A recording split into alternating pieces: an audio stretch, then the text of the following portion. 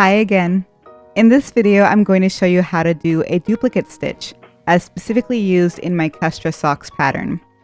Here you can see that the lighter color chevrons touch the heel that was knit in the same color, compared to this sock where I have not done the duplicate stitch, and you can see gaps between the color work and the heel. This step is completely optional in the pattern, but I thought it gave the sock a nice finished look to have the color work be continuous. So if you followed my pattern, you will have left a 16-inch or 40-centimeter tail when you began the heel. Go ahead and pull it out, and it will be attached to the left of the heel. So you'll be duplicate stitching from the left to right with the top of the sock away from you. Thread that tail onto a tapestry needle, and you're going to use the leg chart to identify the missing stitches that need to be filled in. For my sock, I'll have to start with this one, which seems to be hiding. So now we're going to work from the inside, and I'll just roll the top of the sock down a bit to make this easier. It's definitely a little awkward to get situated with the camera set up over me, so bear with me here.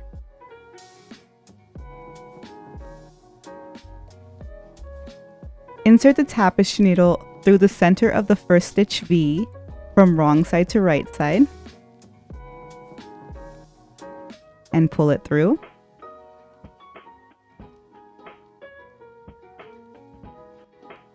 Then we're going to follow the left leg of that stitch up and over by inserting the tapestry needle behind the stitch above. And finally, finish out that stitch V by inserting the tapestry needle through the center of the stitch again from right side to wrong side.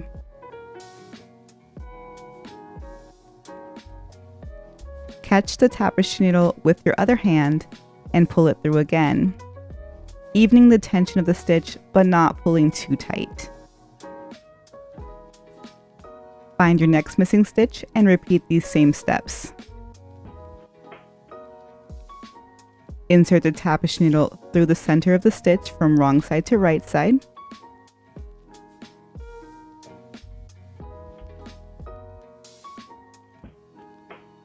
From left to right, behind the stitch above.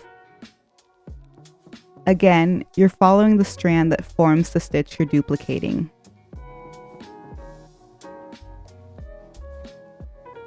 And then back through the center of the stitch from right side to wrong side.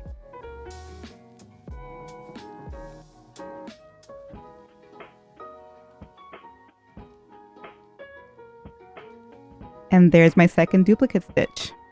Keep going all the way across. You might want to keep your other hand partially inside the sock and use it to stretch the fabric slightly to make things easier to see.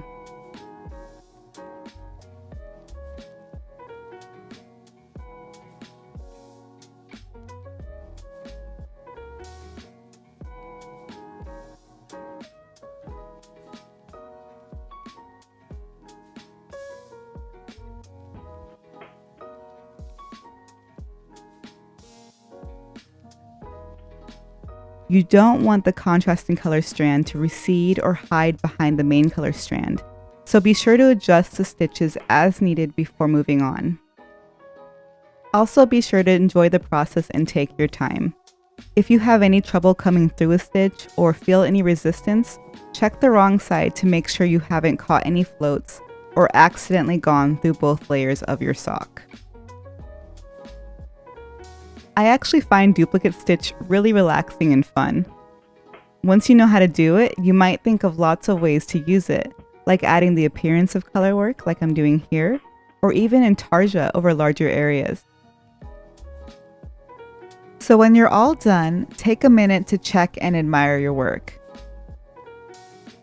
This is looking really good, and no one will ever know that these stitches weren't actually knit in the color work pattern.